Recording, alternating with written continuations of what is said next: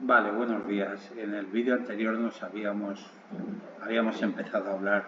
El vídeo anterior es la parte difícil del tema, ¿vale? Estos son dos bobadas que quedan.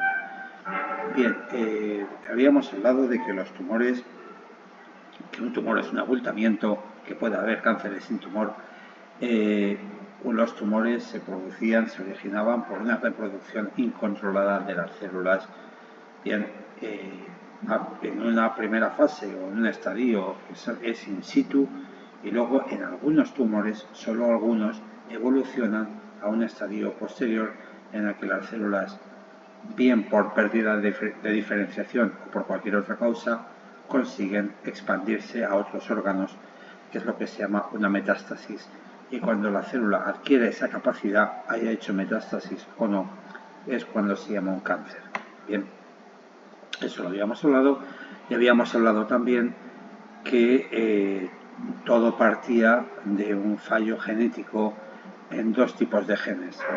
Unos que son los que le dicen a la célula que se reproduzca cuando hace falta, que son los protoncogenes, y que si fallan de tal manera que le están diciendo a la célula todo el tiempo reprodúcete, reprodúcete, reprodúcete, la célula se reproduce sin parar y es el origen de un tumor.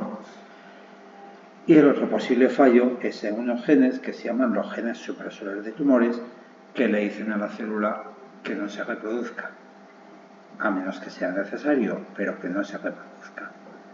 Ahora bien, si ese gen falla de tal manera que no inhibe la reproducción como debería, pues la célula se reproduce y volvemos a tener el mismo problema.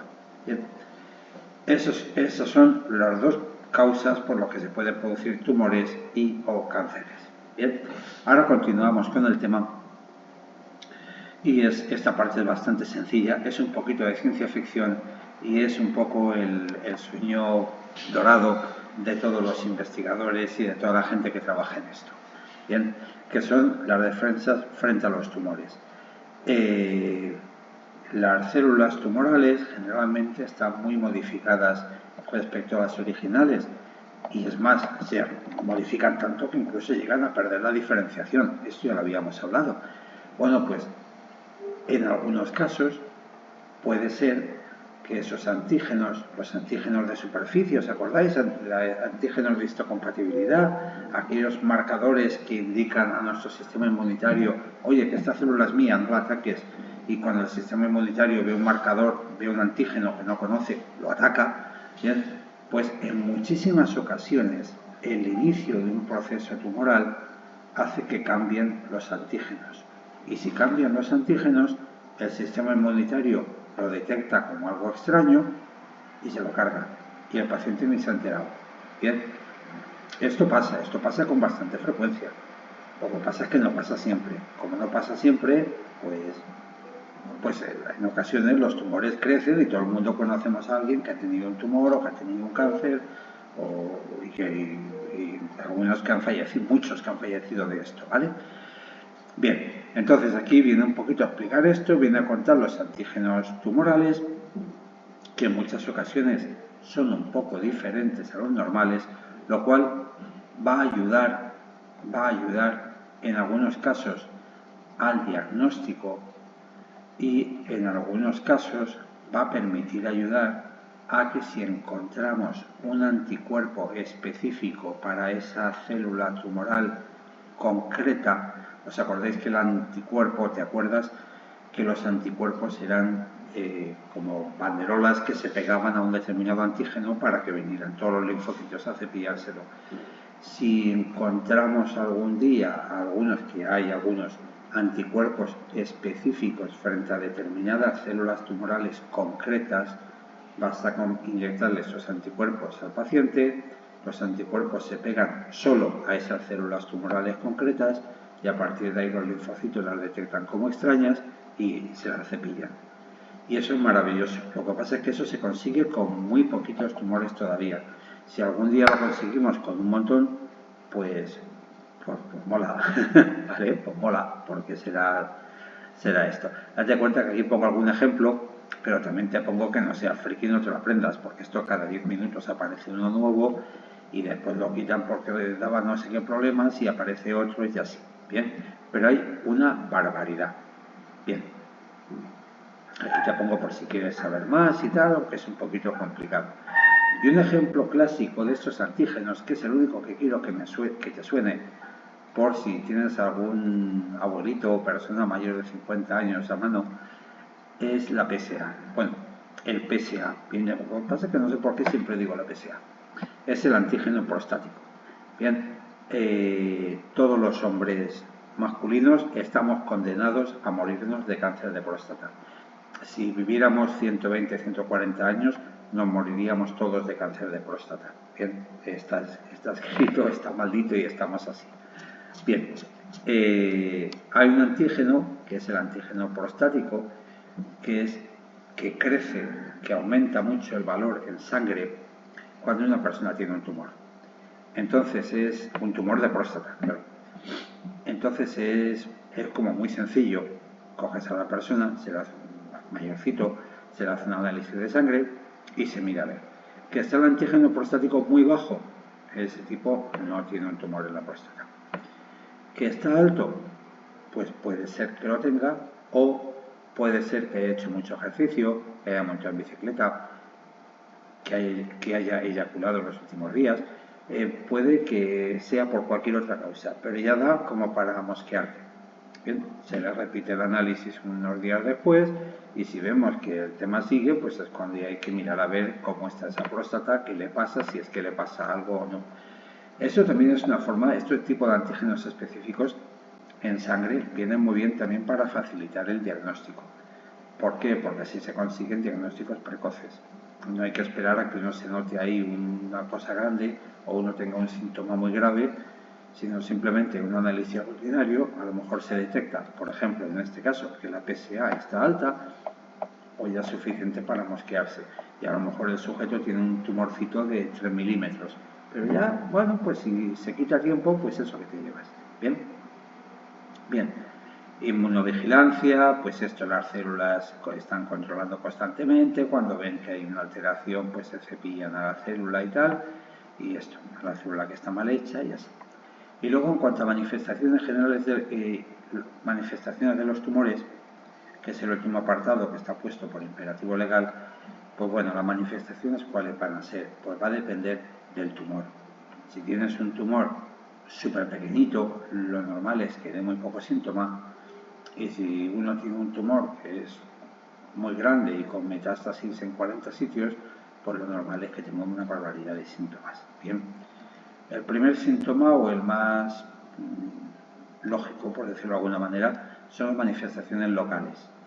Si una persona tiene un tumor en un sitio y ese tumor va creciendo, pues le va a producir dolor en esa zona, puede ser que le produzca sangrado en esa zona y puede ser que le haga una serie de manifestaciones y de mal funcionamiento en esa zona. Alguna persona que tiene un tumor en el colon, pues es bastante posible que se queje de estreñimiento porque tiene una masa en medio que lo está obstruyendo, que a lo mejor tenga sangre en las heces, pues porque es muy fácil que ese tumor que está creciendo rompa un poco de tejido, o que el esfuerzo por defecar rompa un poco de tejido, y bueno, y que tenga una serie de manifestaciones propias de tener una patata, hablando mal y pronto, en algún sitio. Bien, es así. Bien, solo que además suelen aparecer manifestaciones sistémicas, o sea, en el organismo en general. El tumor va creciendo y como va creciendo, pues necesita muchísimo nutriente para poderse reproducir. Una barbaridad de células que se están reproduciendo constantemente necesitan muchísimo nutriente. Y eso va a producir caquexia, que es una debilidad en el sujeto, con desnutrición, con atrofia muscular, porque el organismo cuando necesita proteínas de donde sea, las saca del músculo, y en ese caso pues la persona está más débil, y luego encima eso va a producir un malestar general que en muchísimas ocasiones va a ser causante o va a provocar una anorexia. El paciente se encuentra mal y como se encuentra mal no quiere comer. Y como no quiere comer y aquello sigue creciendo, pues aquello necesita materia orgánica de donde sea y la saca del propio organismo. Y todo se va complicando a sí mismo. ¿Vale? Solo que además del tema, de un tema y del otro, que esto te lo puedes leer y tal y cual, vas a tener el tema de los tratamientos para los tumores y para los cánceres, la quimioterapia o la radioterapia, pero generalmente la quimio. La quimio generalmente destruye células que están reproduciéndose. Claro, eso al cáncer le hace daño, pues sí, pero también hay células que se están reproduciendo constantemente, como son los glóbulos rojos, como son los glóbulos blancos, como es el pelo, que también le va a afectar. Y entonces, ¿qué le va a pasar? Que sí, que se le cae el pelo. Bueno, eso es un problema estético que ya veremos cómo se arregla. Pero por otra parte, esa persona va a estar fuertemente anémica y seguramente va a tener una leucopenia, una falta de glóbulos blancos, porque el tratamiento de quimioterapia se lo ha provocado. Entonces, si encima que estás enfermo o una enfermedad muy grave, tienes una bajada de defensas y tienes una anemia, pues todo va en la misma dirección, de que te encuentres mal, de que no tengas apetito, de que estés débil, de que estés en la cama y que estés fastidiado, ¿vale? Todo va en la misma dirección y todo se complica, pero a fecha de hoy el tratamiento es este. Si algún día apareciera un tratamiento mejor por medio del sistema inmunitario, de anticuerpos monoclonales y tal, pues ese día sí, ese día es tu propio sistema inmune quien te cure. Pero a fecha de hoy, ese día ha llegado para cosas muy concretas y tipos de cánceres muy específicos para este y aquel, y poco más. Bien, cada vez hay más, pero ya está. Bueno, pues además de tener manifestaciones locales por una cosa que te está creciendo en un punto concreto, y además de tener manifestaciones sistémicas, porque te encuentras mal, porque estás débil, porque no comes, porque te falta proteína, porque debilitas el músculo, además en muchas ocasiones aparecen lo que se llaman los síndromes paraneoplásicos. ¿Por qué? Porque a lo mejor determinado órgano hace una función que afecta a todo el organismo. Por ejemplo, un insulinoma, que es como se llama, creo que es un nombre vulgar, pero se llama así, que es un determinado tipo de tumor en el páncreas, que te dedicas a producir insulina sin parar. Claro, si produces, o sea, tienen muchísimas más células que producen insulina de las normales y cuando se ponen a producir insulina producen una barbaridad. ¿Cuál es el problema? Pues que ese sujeto puede caer en hipoglucemia con mucha facilidad porque cuando se pone a tirar insulina tiene una barbaridad. O imaginaros algunos tumores ginecológicos, pues que el tumor produzca, genere una barbaridad de hormonas muy superiores a las que son normales en una mujer normal. Pues todos los síntomas asociados al tema hormonal se va a ver multiplicado y puede producir una afectación grave en el organismo entero, no solamente en esto, ¿vale? Y luego aquí te digo lo de la gradación y estadificación del tumor, que te lo lees si quieres, faroleas en los bares, pero que yo, a menos que sea la pregunta esa que siempre pongo para el del 10, no la pienso, no creo que pregunte nada de esto, ¿vale? El que quiera el 10 porque se lo estudie, que es muy bonito, pero ya está. De todo esto, para mí lo más interesante son los 4 estadios. Todo lo demás es un esfuerzo de memoria que a lo mejor te lo aprendes, pero se te va a olvidar conforme te lo aprendas, ¿vale? Los 4 estadios a lo mejor sí que tienen un poco más de... Los 4 que son 5, ¿sabéis? Como los 3 mosqueteros que eran 4. Pues esto. Y ya está. Prevención, diagnóstico y tratamiento, pues bueno, prevención precoz, cuanto antes lo detectes mejor, eso lo sabéis. Se hacen una barbaridad de campañas que luego la gente no participa, sobre todo los hombres, que como somos tan machos, yo que soy un hombre tan macho, a mí no me va a pasar nada de esto, ¿no? Le pasa a los demás, que son tontos, yo soy mal listo. Y bueno, sabéis que se hacen pruebas, el tema de la mamografía a partir de los 40 años, detección de sangre en heces, que es una prueba muy sencilla, y que tranquilamente lo hace el 40% de las personas en las que se les invita a participar, y en el fondo es coger una muestrecita de tu propia caca que la estás tirando, no te están pidiendo un anillo de diamantes, y mandarlo al laboratorio con un frasquito que es muy mono, tampoco se manda de un bote de cristal como se hacía cuando era pequeñito, pues caramba, pese a eso la gente no lo hace, y así se hacen cribados también por análisis de sangre, lo que os contaba de la PSA, y así. Y luego ya en caso de que venga el mosqueo, de que haya alguna sospecha razonable, es cuando hay que buscarlo. Hay que buscarlo a ver exactamente cómo está, y es cuando ya se habla de hacer un TAC o de hacer un PET-TAC o de hacer lo que pueda haber.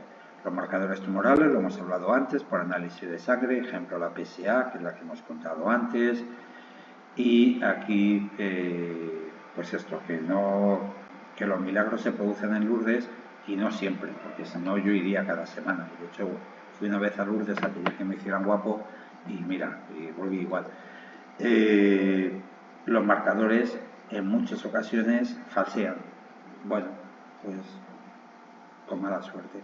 Quiere decir que aunque tengas un marcador alto, no te quedes sin dormir, porque espérate que a lo mejor no es una falsa alarma, ¿no? Esto no es como una prueba de embarazo, que si es positivo es positivo. Aquí si es positivo puede ser que sea porque sí o porque no. Pero bueno, ya menos es una facilidad, es una manera muy sencilla de detectar, muy poco invasivo, un análisis de sangre, creo que cualquiera nos hemos hecho alguna vez y ya está. Bien. Bueno, métodos citológicos es una prueba diagnóstica más invasiva, pero es muy buena. Esta sí que es mucho más seria y es coger un poquitín de células de donde sospechosamente pueda estar ese tumor o donde ni tan siquiera hay sospecha, pero donde, no sé, por si acaso voy a coger unas pocas células, se manda al servicio de anatomía patológica y se mira a ver si son normales, si son patológicas y cómo son. Eso es el típico legrado que se hace una mujer de vez en cuando, o ha habido ocasiones cuando es un tumor que tiene un líquido por alguna parte, se hace una punción, simplemente una aguja fina, se introduce en el organismo, se saca un poco de ese líquido y se mira a ver qué hay. Eso, por ejemplo, en tumores de mama y tal se hace, o en sospecha. Y en ocasiones, pues bueno, hay que, si hay un abultamiento extraño en algún sitio, a lo mejor hay que, por vía quirúrgica, sacarlo, y una vez que se saca, se manda aplicando anatomía patológica para ver de qué estamos hablando. Si estamos hablando de a lo mejor una cosa que ni tan siquiera es tumoral, una formación que se ha hecho ahí rarísima, o si estamos hablando de un tumor benigno o un tumor maligno, o en fin, ya para tener un diagnóstico mucho más serio, pero eso se ve viendo las células en la anatomía patológica, que para eso hay una especialidad de medicina que es anatomía patológica, que es muy difícil, el patólogo se dedica a eso, a ver células y opinar, ¿vale? Bueno, inmunohistoquímicas es el tema de mediante anticuerpos intentar localizar las células tumorales y tal. Vale, son técnicas que existen y yo no lo haría mucho más. ¿Vale? Y esto de las micromatrices, los genochips y tal, pues le pegas una leidita, pero también lo veo posibilidad de pregunta para el 10, ¿no? No para los normales. Bien, terapéuticas. ¿Qué se puede hacer la persona que tiene un tumor? Pues lo primero y lo más perentorio es quitarlo. Uno opera y lo saca. Y como dicen los abuelitos, se corta por lo sano. ¿Por qué? Porque las células malas están malas. Entonces, tienes que quitar lo malo y quitas un poco más por si acaso. Bien. Claro, la teoría es muy fácil. El problema es cuando tienes ese tumor en la base del encéfalo. Entonces, ten cuidado con lo que cortas porque estás cortando nervios, que esos nervios pues, van a afectar al sujeto. Y claro, si cortas de menos, a lo mejor ese tumor se reproduce, estás equivocado. Pero si cortas de más, estás haciendo un daño innecesario. A nadie le gusta ir en silla de ruedas y a nadie le gusta perder la sensibilidad en según qué zonas y tal. No le cambio el oficio a quien tenga que hacer este tipo de operaciones, ¿vale? Son difíciles, lo hagas como lo hagas, vas a quedar mal y eso, no le cambio el oficio. Bien. Radioterapia. La radioterapia va muy bien, sobre todo cuando el tumor está en un sitio que está más o menos localizadito. Bien. La radioterapia es meter una radiación, generalmente una radiación gamma, antes se hacía con el acelerador de positrones, ahora ya hay técnicas más chulas, pero bueno, se consigue bueno, antes se hacía con unas pastillas de cobalto que estaban envueltas en plomo y entonces se abría un agujerito en el plomo, como una ventanita, y de ahí salía radiación y con eso se quemaba al paciente, ¿no? Se quemaba el tumor. Va muy bien para tumores muy localizados, que están en un punto concreto que es fácil de acceso y que a ser posible le llega la radiación a ese punto y a pocos sitios más. Entonces ahí sí que en ocasiones incluso se hace una pequeña carcasa de plomo, cuando era lo del cobalto, y hoy en día es un rayo que se apunta con muchísima precisión por vía electrónica y se quema literalmente el tumor. En algunas ocasiones se pone alguna sustancia que aumente la susceptibilidad del tumor. Entonces, como estos tumores están siempre pidiendo alimentos y siempre pidiendo nutrientes para reproducirse, pones alguna sustancia que sabes que se va a acumular mucho en el tejido del tumor y que va a hacer especial daño cuando le llegue la radiación.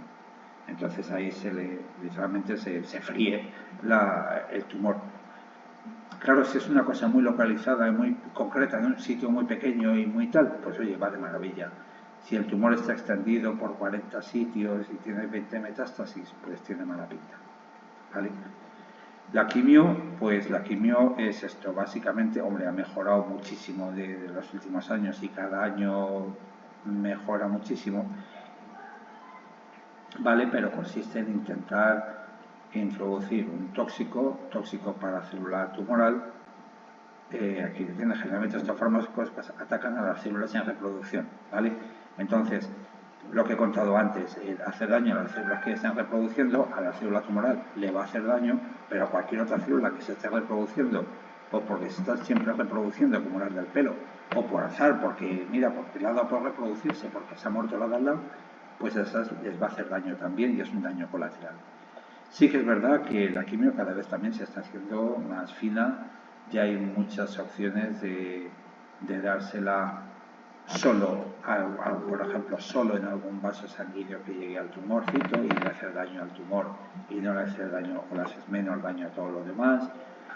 Pero bueno, es una opción. De luego, ninguna es la definitiva. Si alguna fuera la definitiva, caramba, no se moriría tanta gente de cáncer. ¿Vale? Si el día que inventemos una penicilina para los cánceres, pues acaba el problema del cáncer como hemos perdido el miedo a las infecciones, ¿no? Y así.